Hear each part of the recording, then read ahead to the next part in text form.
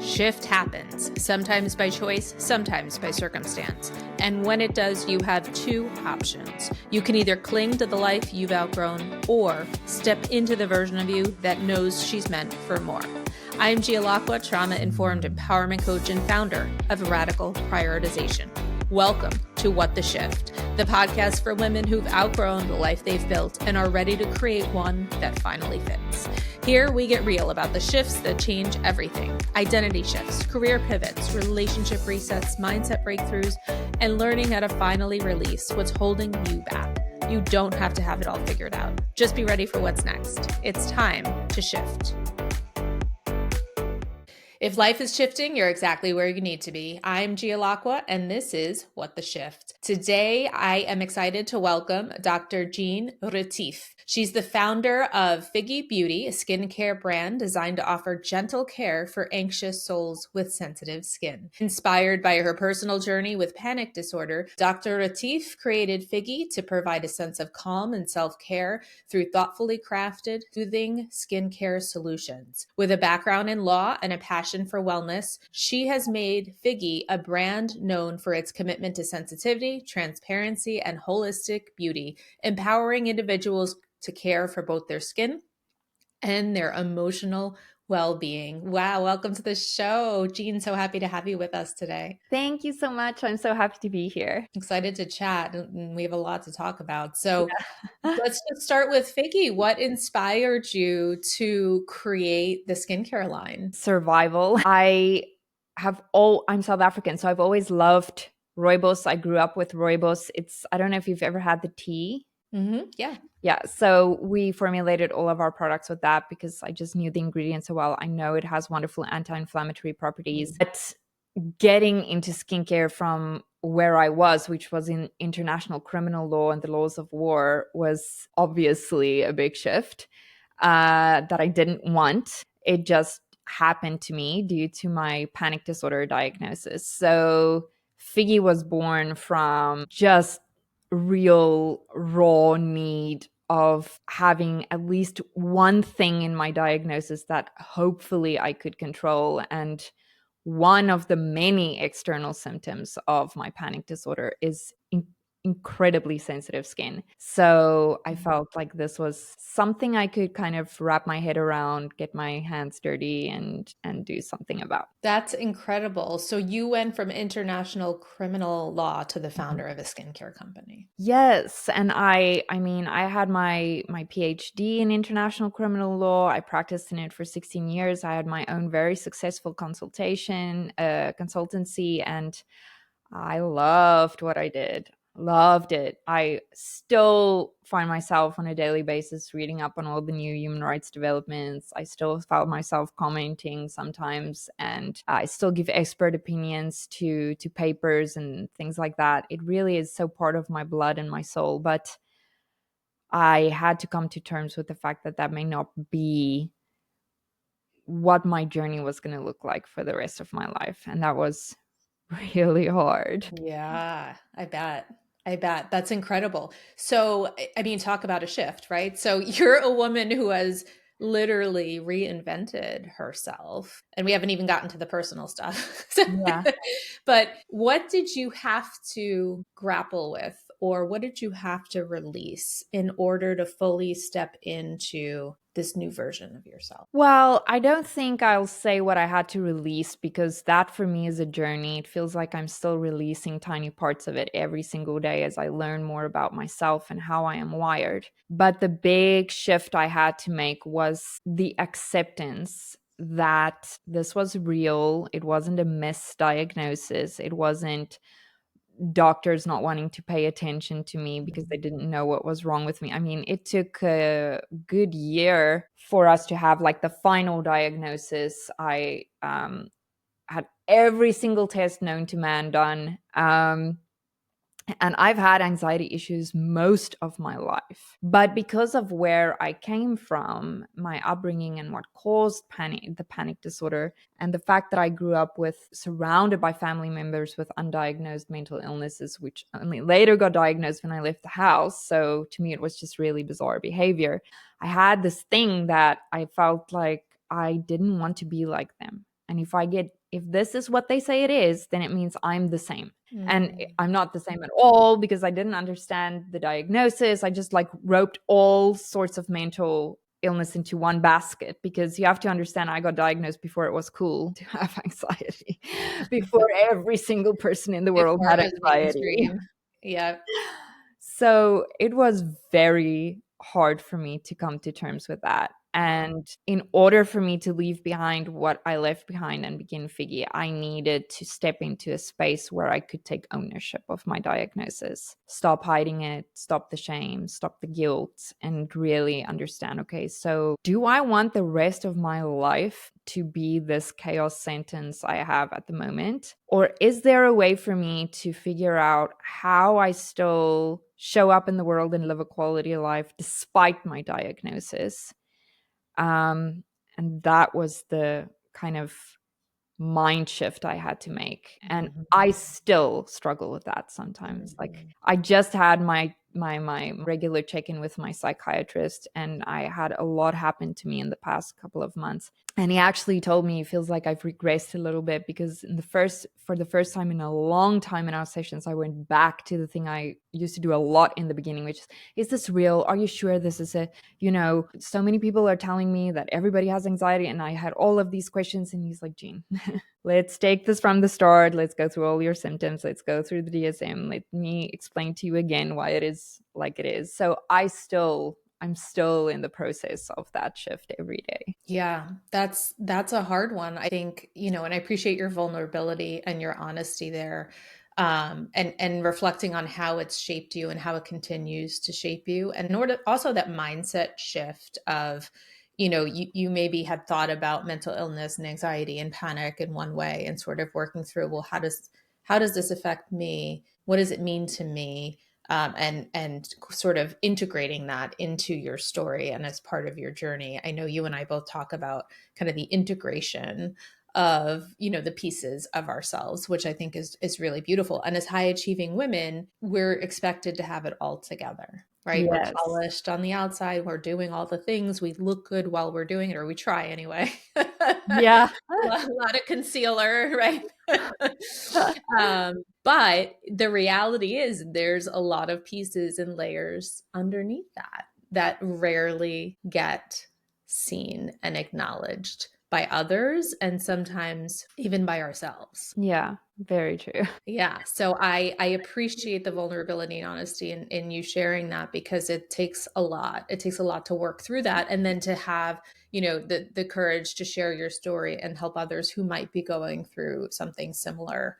I think is incredibly powerful. So what would you say to the high achievers listening today? What would you say to the woman who feels like, she's showing up perfectly polished on the outside, but feels like on the inside she's just crushing under the weight of doing it all, falling apart? Yeah, I would just say it's time to look in the mirror and be brutally honest with yourself. Because honesty, you know, I think that's the key part of this, the key part of navigating it. And there are different facets to honesty. Honesty is not just saying I'm struggling. Honesty is also recognizing when you are telling yourself, "Oh, I got this. I can do more, or I can take more." And we often do that because we feel we need to show up for the other people in our lives. We need to show up for our kids. We need to show up for our husbands. We need to show up for our clients and everybody. But if that is your motivation for it, the best way to think about this is the injustice that you are then doing to these other people, because you are not showing up as the best you. So yeah, just honesty, looking in the mirror, having honesty with where you are and what you are dealing with right now, and then dealing with it in Mm. whatever way you possibly can, in the best way you can, so that you can be the best version of yourself for yourself and for the people around you. Such great advice, because we often play that role of I'm fine, it's fine, everything is fine, and then we try to convince ourselves of it, right? Yeah. So Yeah. true. So true. What would you tell the younger version of yourself looking back now on your experience? Nothing. Nothing, because I mean, I for certain, like many other people, wish that there were things in my life that were different and things I could take back. I wonder sometimes if things had gone a different way, what my life would look like now. But that doesn't change the fact that I am here in this Mhm. life with Mhm. this wiring and this body and this history. And if in some universe I could go back and tell myself something as a younger me that would have helped me, I know nothing would have helped me because I wasn't open to hearing it. I wasn't open to listening. So that may have changed my path in a negative way, I think, because then Mm. I may have attempted things in a different way, which would then not have led me where I am now. So I'm just going to say nothing. Yeah, no, that's incredible. That's beautiful. I love that. And it's great self-awareness too.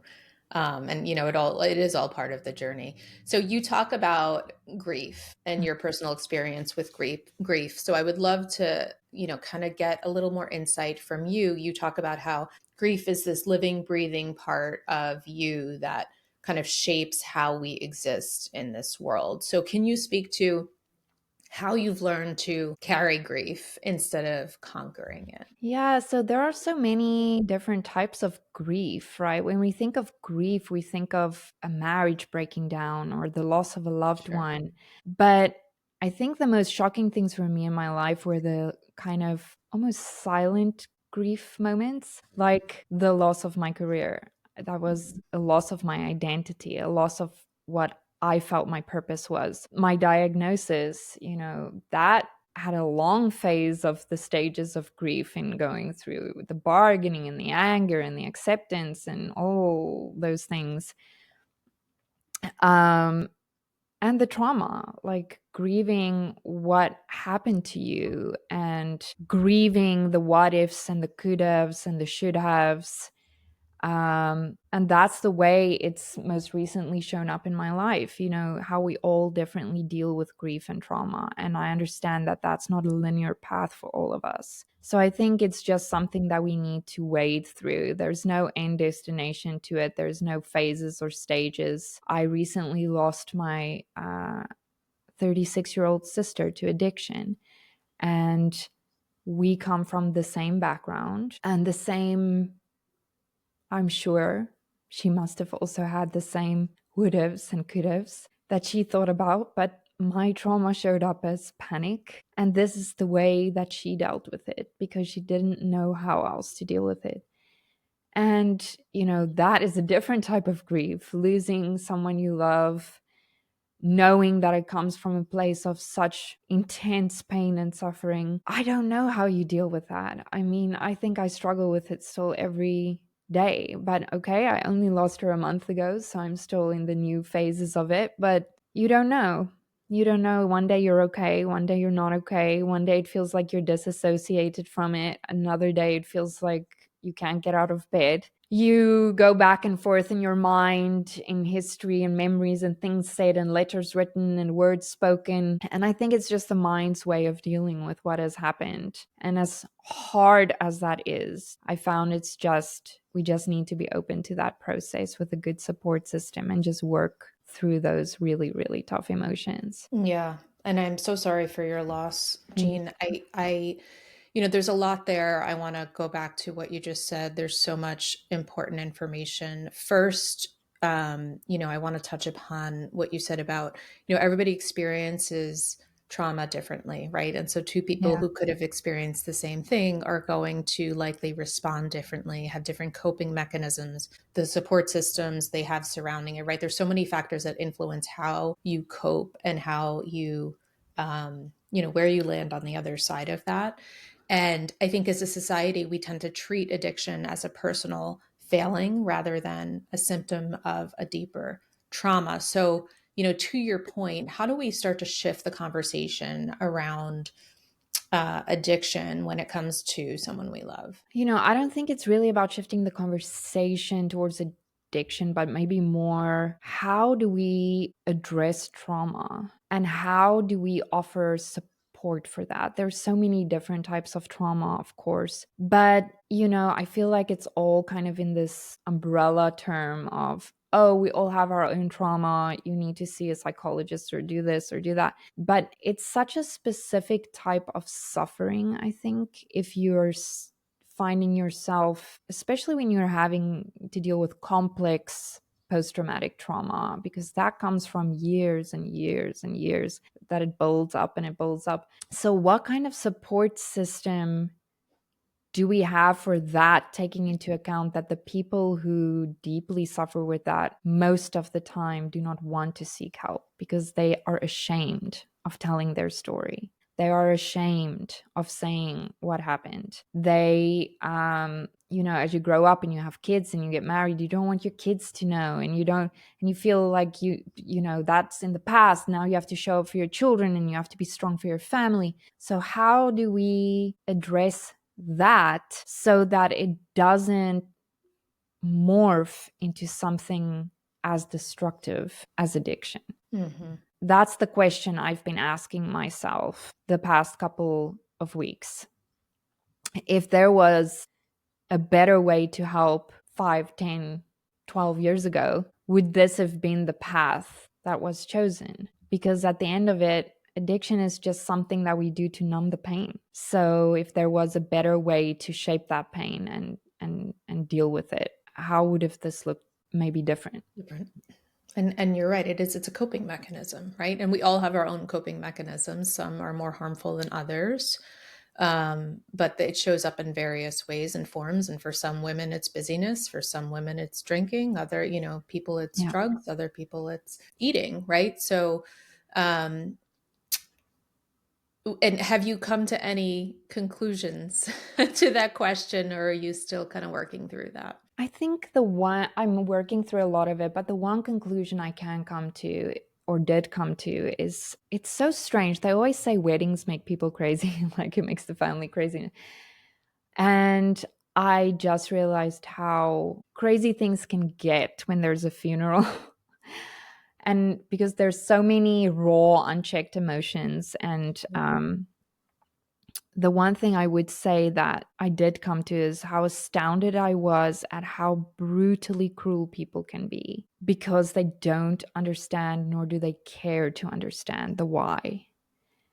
And I would just say that if anybody is in that position where you have lost someone or where you feel that you have the answers as to why this person's life ended up being cut short like this, just always remember that you don't know. You don't know the pain that person went through. You don't understand their specific trauma that they faced. And, there was a lot of really cruel judgment around. There still is. We're still dealing with the fallout. But, she was 36. She had a 2-year-old, 4-year-old. So there's that extra judgment of, oh, how can a mother do this to her children? How can there's the judgment on the parents, like, how could you not have seen this? How could you not have helped your child? You don't know. Mm, So you don't get to judge. mm. And we don't get to judge somebody else's life, how it ended, how it was shaped or formed, because we don't know. And I think that's the biggest realization I came to. Yeah, it's a very powerful message and an important one, right? Because you haven't walked in their shoes, and so, Yeah. but we do. We live in a world where people are very free to judge from the sidelines and come to their own conclusions, and so that can be very harmful. So I appreciate that message, and just giving each other more compassion and understanding and grace. Yeah. Absolutely. So, Jeanne, what are you doing to honor your sister's memory holistically? Well, I have Figgy Soul, which is like online courses I launched to help others struggling with anxiety to peacefully coexist with it. And the whole messaging around it is I don't have a cure for you. If I had a cure, I would be cured. Um, but ever since this happened, I have greatly shifted that in trying to understand how can I better help those with trauma like Yeah. me? How can I help them find places to go, people to see, who to talk to? How can we shift this messaging so that we can dedicate it to, I would say, almost kind of the root cause that leads to all of these extra issues like panic, like addiction. And I've been doing a lot of work to change that messaging, and it's helped me immensely in soul and spirit and holistically trying to do that, because it feels me like there's still a purpose and there's still something beautiful that can come from this. And I know she would be proud. 100%. And so I think that's beautiful is how do you, what's the legacy that you're creating through this experience, through Figgy, through your story and your message? That impact on the world is just incredible and beautiful. So thank Thank you for that. I do want to just go back to, you touched upon grief earlier, and I want to step back because I think many of us do think of grief in the traditional sense of losing someone we love, and that is a big part of it. But you touched upon so many other aspects of life that we grieve, but I think often fail to recognize. I think we fail to realize. I can tell you from my personal experience, there's many monumental steps in my life where I was in fact grieving different parts of my life, but would never have called it that. It never dawned upon me. Now, reflecting back, I can see it. And so, you touched upon whether it's a relationship, the shedding of an old identity, a mindset, a career, or like you said, a trauma, and things that maybe you didn't get or you. time that you lost Yeah. and how we process that. And it's interesting that, that falls under the umbrella of grief. Yeah. Yeah. We don't, somehow we just don't we don't see it that way. And it really is a grieving process, Yeah. I feel that every kind of shift we go through in life, and there are many, and there always will be many, otherwise, if you're not growing, you're not expanding, you're not, um, and we need to take time with each one of those pieces and acknowledge the beauty that came from that and the joy that we remember from that. And also how we are now letting go of that in a way that can heal us in our future journeys. So, for example, if I have something big happening to me, that you won't put under the big grief umbrella, like maybe a loss of a friendship, or this example I gave of my career, I will make a little, either like a little photo album or a little trinket box where I can remember this phase and this stage of my life. I can give due reverence to it. I can Mm-hmm. be at peace with it. I can bless it. I can know that, okay, this was a beautiful part. I acknowledge and I remember every part of that journey, but now it's time to move on, and I move on in peace and in love, because otherwise it just kind of keeps on building and building and building and building, and we never go through those steps towards grieving that in the old world almost, and shifting into the foot that we have in the next phase of where we are going. Absolutely. I think it's an important point to recognize that we're processing the pain, right, in the best way we can, working through it, to so that it doesn't bubble up, right, and just lie there, and creating subconscious problems. But also, we're making room for Yes. what's new to come in. Yes. So I think that's incredibly beautiful. When you think about anxiety and panic, there's a lot of things that anxiety and panic take away from us. Hmm. My question for you is, has it given you anything? So many things. That's, I think, the beauty in this diagnosis, and coming to terms with the fact that this is the way that I am wired. This is the way I always will be wired. It comes with a lot of unique challenges, but it also comes with a lot of unique gifts. Because I am so intensely anxious, I am extremely aware. So it's helped me so much in my relationships and in business, because I get a feeling for someone's intentions, or what would be the right step to take here or there. I am able to separate myself from the situation and understand that I need to look Mm. at it from another angle. It gives me a lot of intuitive love with my daughter and how I raise her, because I feel like understand emotions a little bit different than others can. We all have our own strengths, of course. This, I feel, is some of the strengths that come with this. And learning how to work with my diagnosis, I've also learned how to be extremely in touch with my body and my body's signals, because I have to be, because I need to understand when I'm being triggered and what is triggering me so that I can work with or around it. And for that, I need to be in my body as much as possible. And I need to listen to every sign and every signal. And I pay a very, very dear price if I don't. Hmm. So these are all gifts that I don't think I would have had it not been for this diagnosis. I love that. And I think that, being connected to your body and listening to your body is a big one and an important one for women, because I think oftentimes we become disconnected through the years. And so we don't listen. I can tell you from personal experience, I tuned out my intuition, I tuned out listening to my body, and I just kept pushing through until, I hit burnout and I, Yeah. found Oh, myself on the floor having heart palpitations, like yeah. what is going on, right? But I didn't heed the warning signs along the way. And so I think it is a really great point to, how do we reconnect with ourselves? You talk about this concept of wholeness, Mhm. and I do as well. And so I would love to know from your perspective, what does wholeness mean to you, and how do you live, as a whole woman? Hmm. I think for me, wholeness means just showing up as my best self in every situation. I mean, I would love to say wholeness to me is being a great mom, or making good business decisions, or having like a 5-year plan or something like that. But I think wholeness to me is just more of soul, body, mind, spirit.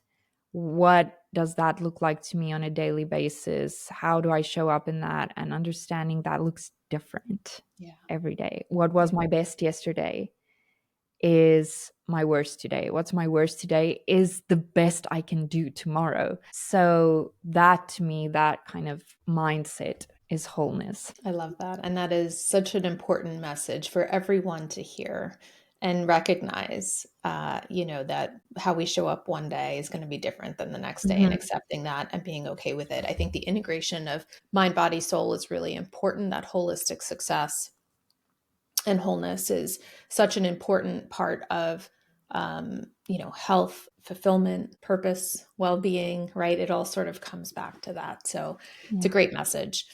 um, and Jeanne, I would love to know, of all the, through your life experiences, as you reflect back, what would you say is the one shift that changed everything for you? This is going to sound like such a cliche, but you have to understand where I came from. And I would say all the shifts in my life have been extremely,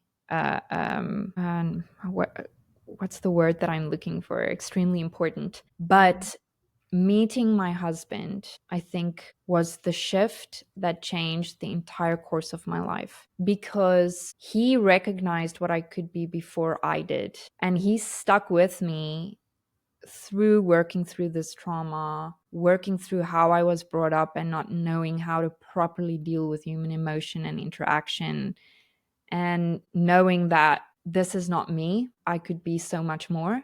And he took me out of that situation. So I always knew I wanted to get out. I always knew that I needed to make more of my life. And by the time he met me, I thought I had, because that was as far as the parameters of my imagination went. And when he showed up, my life changed, because he took me out of this situation that was really, really, really holding me back and making it so much worse for me. And he kind of gave me the ability to go beyond that. And without that, I don't think that I would have been the person I am today. That is beautiful. That is incredible. I love that. He saw something in you maybe you didn't see in yourself, right? Oh, I for sure didn't. No. Hmm. Hmm.